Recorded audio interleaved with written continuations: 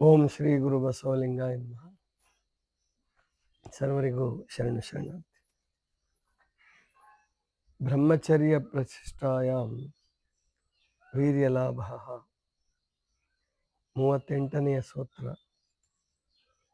ಬ್ರಹ್ಮಚರ್ಯ ಸಿದ್ಧಿ ಆದರೆ, ಬ್ರಹ್ಮಚರ್ಯದಲ್ಲಿ ಪ್ರತಿಷ್ಠಿತನಾದರೆ ಏನಾಗುತ್ತೆ ಎನ್ನುವಂಥದ್ದನ್ನು ಈ ಸೂತ್ರದಲ್ಲಿ ತಿಳಿಸಿದ್ದಾರೆ. ವೀರ್ಯಲಾಭ ಅಂದರೆ ಸಾಮಾನ್ಯವಾಗಿ ಬ್ರಹ್ಮಚರ್ಯ ಅಂತಂದರೆ ಗಂಡು ಹೆಣ್ಣು ದೂರ ಇರ್ತಕ್ಕಂಥದ್ದು ಅನ್ನುವ ಭಾವವೇ ಆಗಿನ ಕಾಲದಲ್ಲೂ ಇದ್ದಂಗೆ ಕಾಣಿಸ್ತದೆ.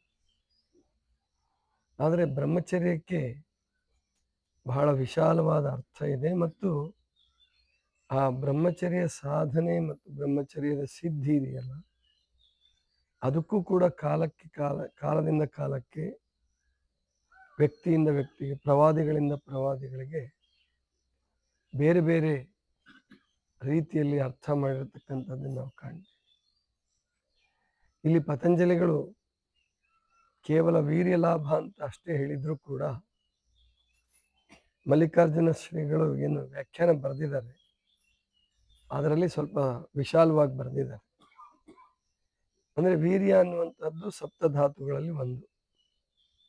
ಹೇಗೆ ರಸ, ರಕ್ತ, ಮಾಂಸ, ಮಜ್ಜೆ, ಅಸ್ಥಿ ಇವೆಲ್ಲ ರಚನೆ ಆಗ್ತಾವೆ ಆಹಾರದಿಂದ, ಹಾಗೇನೆ ಇದು ಕೊನೆಯದು ವೀರ್ಯ ಅಥವಾ ಶುಕ್ಲ. ಅದರ ಲಾಭ ಅಂದ್ರೆ ಏನು? ಕೇವಲ ವೀರ್ಯ ಸಂಗ್ರಹವೇ ಬ್ರಹ್ಮಚರ್ಯ ಆದರೆ ಅದು ಸರಿಯಾದ ಕ್ರಮ ಅಲ್ಲ.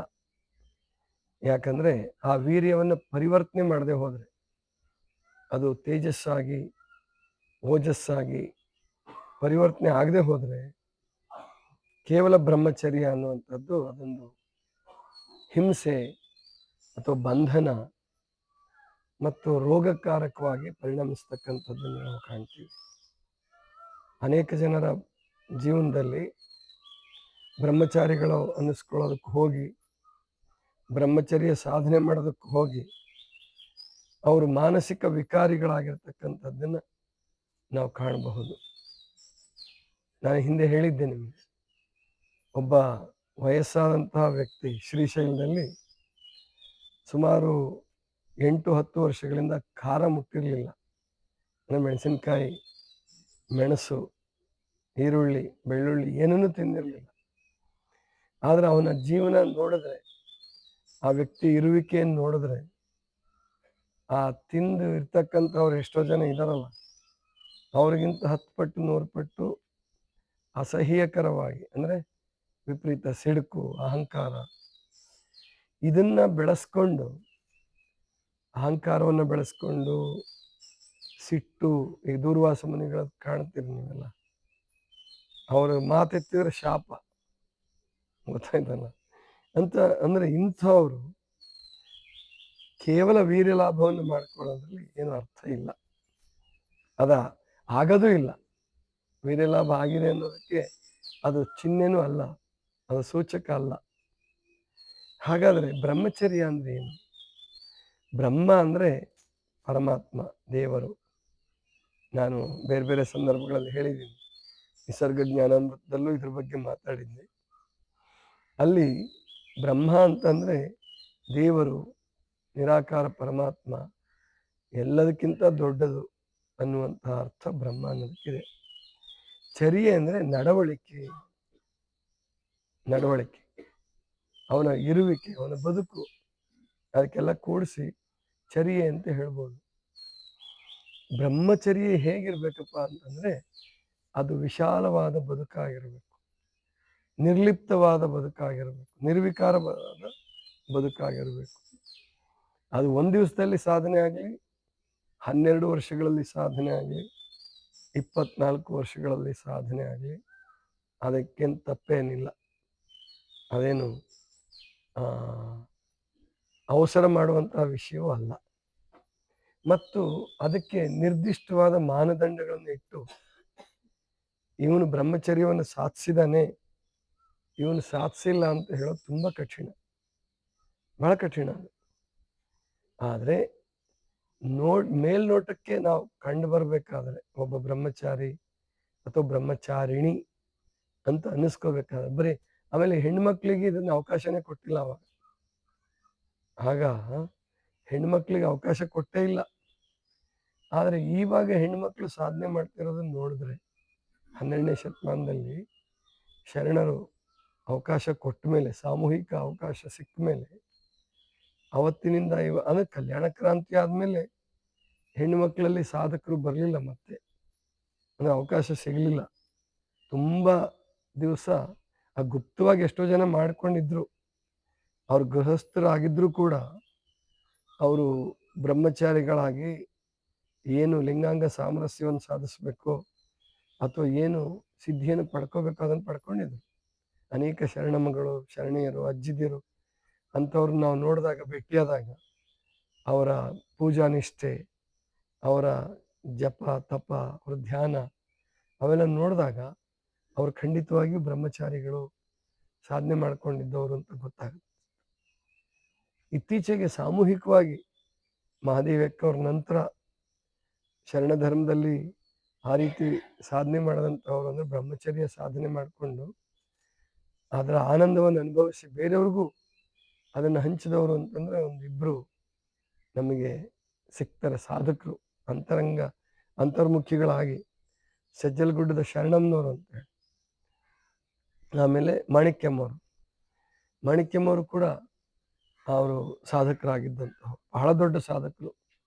ಸಜ್ಜಲಗುಡ್ಡ ಶರಣಮ್ಮವರು ಎಲ್ರಿಗೂ ಸಿಗ್ತಿದ್ರು. ಆಮೇಲೆ ಬೇಗನೆ ಲಿಂಗೈಕ್ಯರಾದರು. 80ನೇ ಇಸ್ವಿಲೋ 81ರಲ್ಲಿ ಲಿಂಗೈಕ್ಯರಾಗಿರ್ಬೇಕು ಅವರು, ನಮಗೆ ಗೊತ್ತಿಲ್ಲ. ಆದರೆ ಸಜ್ಜಲಗುಡ್ಡ ಶರಣಮ್ಮ ಇವರು ಮಾಣಿಕ್ಯಮ್ಮವರು ಇತ್ತೀಚಿನವರೆಗೂ ಬದುಕಿದ್ರು. 2020ರಲ್ಲಿ ಅವರು ಲಿಂಗೈಕ್ಯರಾದರು. ಅಂದರೆ ಅವರು ಸಾಧನೆ ಮಾಡ್ಕೊಂಡಿದ್ರು. ಅಂದರೆ ಬ್ರಹ್ಮಚಾರಿಣಿಯರಿಗೆ ಅವಕಾಶ ಇರಲಿಲ್ಲ ಅನ್ನಂಗೆ ಕಾಣಿಸ್ತದೆ. ಇಲ್ಲದೆ ಹೋಗಿದ್ರೆ ಗಂಡು ಮಕ್ಕಳನ್ನು ಮೀರಿಸಿ ಅವರು ಬ್ರಹ್ಮಚರ್ಯದಲ್ಲಿ ಯಶಸ್ವಿಯನ್ನು ಪಡೀತಿದ್ರು ಅಂತ ಕಾಣುತ್ತೆ. ಅದಕ್ಕೆ ಪ್ರಾಯಶಃ ವಿಚಾರ ಮಾಡಿದಂಥವ್ರು, ಇವ್ರು ಬ್ರಹ್ಮಚಾರಿಗಳಾಗ್ಬಿಟ್ರೆ, ಇವ್ರಿಗೇನಾದರೂ ಅವಕಾಶ ಸಿಕ್ಕರೆ ಮುಂದೆ ಸಂತಾನೋತ್ಪತ್ತಿಗೆ ಅವಕಾಶ ಇದೆಯೋ ಇಲ್ವೋ ಅನ್ನೋಷ್ಟ್ರ ಮಟ್ಟಿಗೆ ಭಯ ಆಗಿರಬೇಕು ಅಂತ ಕಾಣುತ್ತೆ. ಅದಕ್ಕೆ ಆ ಸಂತಾನೋತ್ಪತ್ತಿಯ ವ್ಯವಸ್ಥೆಯನ್ನು ಮುಟ್ಟುವಂತ ಕರೆದು ಅದಕ್ಕೆ ಅವಕಾಶನೇ ಕೊಡೋದು ಬೇಡ ಅನ್ನೋ ಲೆಕ್ಕಕ್ಕೆ ವ್ಯವಸ್ಥಿತವಾಗಿ ಅದನ್ನು ಹತ್ತಿಕ್ಕದಂಗೆ ಕಾಣ್ತಾರೆ. ಕೆಲವರು ಸುಮ್ಮನೆ ಹೇಳ್ತಾರೆ, ಅವರು ಕಷ್ಟಪಟ್ಟು ಸಾಧನೆ ಮಾಡಿದಂಥವ್ರು, ಅವರು ಸಹಜವಾಗಿ ಸ್ವಾಭಾವಿಕವಾಗಿ ಅಂದರೆ ಗೃಹಿಣಿಯರಾಗಿದ್ದು ಅವರು ಜ್ಞಾನಿಗಳಾದಂಥವ್ರು. ಗಾರ್ಗೇಯಿ, ಮೈತ್ರೇಯಿ, ಆಮೇಲಿಂದ ಲೋಪಮುದ್ರ, ಇನ್ನು ಕೆಲವ್ರದ್ದೆಲ್ಲ ಹೆಸರು ಹೇಳ್ತಾರೆ. ಅವರು ಗೃಹಿಣಿಯರು ಕೂಡ ಹೌದು, ಪೂರ್ಣ ವೈರಾಗ್ಯ ಮಾರ್ಗದಲ್ಲಿ ಇದ್ದಂಥವ್ರಲ್ಲ. ಆಂಡಾಳ್ ಅಂತ ಒಬ್ರು ಬರ್ತಾರೆ ದಕ್ಷಿಣ ಭಾರತದಲ್ಲಿ, ಅಂದರೆ ತಮಿಳುನಾಡಲ್ಲಿ ಕಾಣುತ್ತೆ. ಆಮೇಲಿಂದ ಇನ್ನು ನಂಬಿಯಕ್ಕ ಅಂತ ಬರ್ತಾರೆ. ನಂಬಿಯಕ್ಕ ಗೃಹಸ್ಥರೇ ಇರ್ಬೋದು, ನಂಬಿಯಕ್ಕ ಕೂಡ. ಅಂದರೆ ಗೃಹಸ್ಥರಾಗಿದ್ದುಕೊಂಡು ಬ್ರಹ್ಮಚಾರಿಗಳಾದವರು ಇದ್ದಾರೆ. ಆಮೇಲೆ ಗೃಹಸ್ಥರಲ್ಲದೆ ಮಹಾದೇವಕ್ಕಂತರ ಬ್ರಹ್ಮಚಾರಿಗಳಾದಂಥವರು ಕೆಲವರು ಇದ್ದಾರೆ. ಕೆಲವ್ರ ಹೆಸರು ಗೊತ್ತಿದೆ, ಕೆಲವ್ರ ಹೆಸರು ಗೊತ್ತಿಲ್ಲ. ಒಟ್ಟಾರೆ ಬ್ರಹ್ಮಚರ್ಯ ಅಂತಕ್ಕಂಥದ್ದು ಅದು ಕೇವಲ ಹೆಣ್ಣು ಗಂಡು ದೂರ ಇರುವ ಪ್ರಕ್ರಿಯೆ ಅಷ್ಟೇ ಅಲ್ಲ. ಅದನ್ನು ಮೀರಿ ಆ ಪರಮಾತ್ಮ ಮನುಷ್ಯನಲ್ಲಿ ಇಟ್ಟಿರಬಹುದಾದಂತಹ ಆತ್ಮಸಿದ್ಧಿ, ಆತ್ಮಶಕ್ತಿಯನ್ನು ಜಾಗೃತಿ ಮಾಡಿಕೊಳ್ಳುವ ವಿಧಾನ ಏನಿದೆ ಅದಕ್ಕೆ ಬ್ರಹ್ಮಚರ್ಯ ಅಂತ ನಾವು ಕರಿಬೋದು. ವಿಶಾಲ ನಡೆನುಡಿ, ಆತ್ಮ ಜಾಗೃತಿ, ನಿರ್ವಿಕಾರ ಸ್ಥಿತಿ, ಇವೆಲ್ಲವೂ ಸಾಧನೆ ಆಗುವಂತಹ ಒಂದು ಸ್ಥಿತಿಗೆ ಬ್ರಹ್ಮಚರ್ಯ ಅಂತ ನಾವು ಕರಿಬೋದು. ಅದಕ್ಕೆ ಮದುವೆ ಆಗದಿರ್ತಕ್ಕಂಥದ್ದು ಸ್ವಲ್ಪ ಮಟ್ಟಿಗೆ ಅನುಕೂಲ. ಯಾಕಂದ್ರೆ ಮದುವೆ ಆದಮೇಲೆ ಅದು ಇನ್ನೊಬ್ಬರಿಗೆ ಒಬ್ಬರು ಅವ್ರಿಗೆ ಇವ್ರಿಗೆ ಅವರು ಸಹಕಾರಿಗಳಾಗಿ ಸಹವರ್ತಿಗಳಾಗಿ ನಡ್ಕೊಳ್ಬೇಕಾಗುತ್ತೆ. ಆವಾಗ ಸ್ವಂತ ಸಾಧನೆಗೆ ಅವಕಾಶಗಳು ತುಂಬ ಕಡಿಮೆ, ಇಲ್ವೇ ಇಲ್ಲ ಅಂತಲ್ಲ. ಸ್ವಾತಂತ್ರ್ಯ ಹೋರಾಟದ ಕಾಲಕ್ಕೂ ಕೂಡ ಕೆಲವರು ಬ್ರಹ್ಮಚಾರಿಗಳಾಗಿ ಮದುವೆ ಆಗಿಯೂ ಕೂಡ ಜಯಪ್ರಕಾಶ್ ನಾರಾಯಣ್ ಅವರು, ಆಮೇಲಿಂದ ಲಾಲ್ ಬಹದ್ದೂರ್ ಶಾಸ್ತ್ರಿಗಳ ಜೀವನ, ಅವ್ರಿಗೆ ಮಕ್ಕಳಿದ್ರೂ ಕೂಡ ಅವ್ರ ಬದುಕು ನೋಡಿದ್ರೆ ಬ್ರಹ್ಮಚಾರಿ ಬದುಕಿದ್ದಂಗಿದೆ. ಅಂಥ ಅದ್ಭುತವಾದಂತಹ ಬದುಕನ್ನು ಬದುಕಿದ್ರು. ಆಮೇಲಿಂದ ಇನ್ನು ಕೆಲವರು ಹೇಳ್ಕೊಳ್ಳಾರ್ದೇನೆ ದೇಶಕ್ಕಾಗಿ ಬ್ರಹ್ಮಚಾರಿಗಳಾದಂಥವ್ರು ಬಹಳ ಜನ ಇದ್ದಾರೆ. ದೀನ್ ದಯಾಳ್ ಉಪಾಧ್ಯಾಯರಂತ ಬರ್ತಾರೆ, ಆಮೇಲಿಂದ ಗೋಲ್ವಲ್ಕರ್ ಗುರೂಜಿ ಅಂತ ಬರ್ತಾರೆ.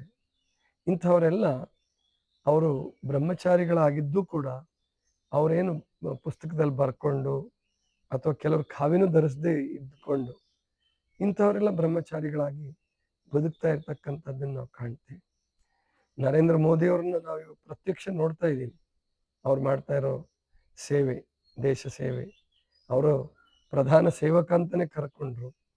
ಮತ್ತು 19ನೇ ವಯಸ್ಸಿಗೆ ಮನೆ ಬಿಟ್ಟು ಮದುವೆ ಆಗಿದ್ರೂ ಕೂಡ ಇವತ್ತಿನವರೆಗೆ ಆ ವಿಷಯದಲ್ಲಿ ಒಂದು ಯಾವ ಕಪ್ಪು ಚುಕ್ಕಿ ಇರಲಾರ್ದಂತೆ ಅಥವಾ ಒಬ್ಬರು ಮಾತಾಡ್ಕೊಳ್ಳೋಕೆ ಅವಕಾಶ ಇರಲಾರ್ದಂತೆ ಬದುಕನ್ನು ರೂಪಿಸಿಕೊಂಡಿರೋದು.